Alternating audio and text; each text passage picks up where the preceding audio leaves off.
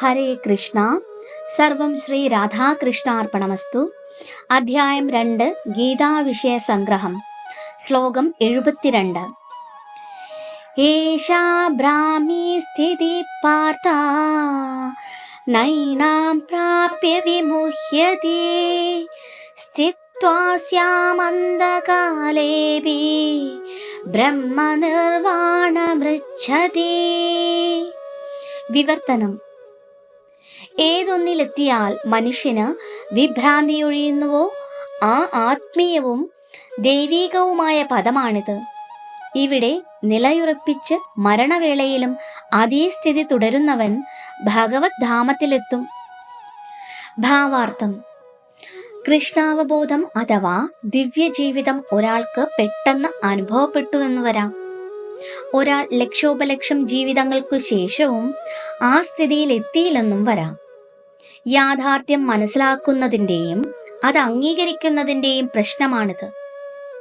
മരണത്തിന് അല്പം മുമ്പ് കൃഷ്ണന് ആത്മസമർപ്പണം ചെയ്തുകൊണ്ട് ഖഡ്വാംഗ മഹാരാജാവ് ഈ പരമാവസ്ഥ നേടി. പ്രാപഞ്ചിക ജീവിതത്തിന്റെ പ്രക്രിയ അവസാനിപ്പിക്കലത്രേ നിർവാണം. ബൗദ്ധ സിദ്ധാന്ത പ്രകാരം ഭൗതിക ജീവിതത്തിനു ശേഷം ശൂന്യതയാണുള്ളത്. ഭഗവത്ഗീത മറ്റൊരു തരത്തിലാണ് പഠിപ്പിക്കുന്നത്. അതനുസരിച്ച് ഭൗതിക ജീവിതം അവസാനിക്കുമ്പോഴേ യഥാർത്ഥത്തിൽ ജീവിതം ആരംഭിക്കുന്നുള്ളൂ. തനി ഭൗതികവാദികൾക്ക് ഈ ഭൗതിക ജീവിതത്തിന് ഒരവസാനമുണ്ടെന്ന് മനസ്സിലാക്കുകയേ വേണ്ടൂ.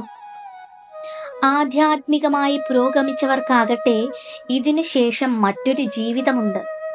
മരണത്തിനു മുമ്പ് ഭാഗ്യവശാൽ കൃഷ്ണാവബോധം ഉദിക്കുന്നവർ ക്ഷണേന ബ്രഹ്മനിർവാണമടയുന്നു. ഭഗവത് സേവനവും ഭഗവത് ധാമവും വിഭിന്നങ്ങളല്ല, രണ്ടും നിരപേക്ഷ തലത്തിൽ തന്നെ. അതിനാൽ അതീന്ദ്രിയമായ ഭഗവത് സേവനത്തിൽ ഏർപ്പെടുകയെന്നാൽ ആത്മീയ തലത്തിലെത്തുക എന്നർത്ഥം. ഭൗതിക ലോകത്തിൽ ഇന്ദ്രിയ സുഖ പൂർത്തിക്കായുള്ള കർമ്മങ്ങളുണ്ട്. ആത്മീയ ലോകത്തിൽ കൃഷ്ണാവബോധഭരിതങ്ങളായ പ്രവർത്തനങ്ങളാണ് ഉള്ളത്.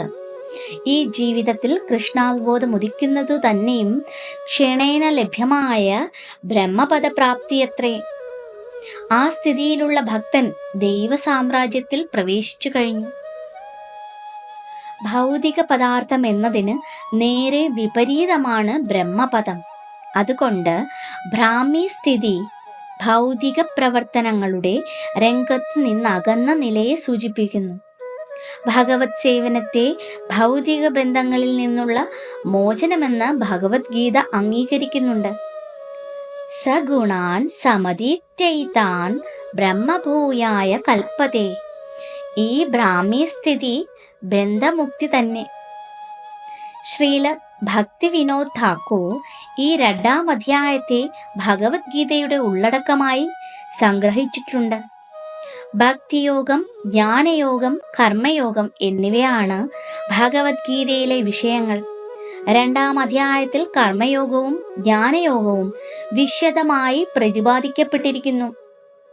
ഈ ഗ്രന്ഥത്തിന്റെ പൂർണ്ണ ഉള്ളടക്കമെന്ന നിലയിൽ ഭക്തിയോഗത്തിലേക്ക് ഒരു എത്തിനോട്ടവും ഇതിലൂടെ കിട്ടുന്നു.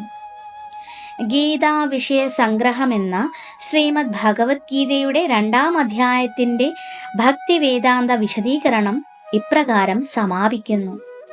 ഹരേ കൃഷ്ണ. സർവം ശ്രീ രാധാകൃഷ്ണാർപ്പണമസ്തു.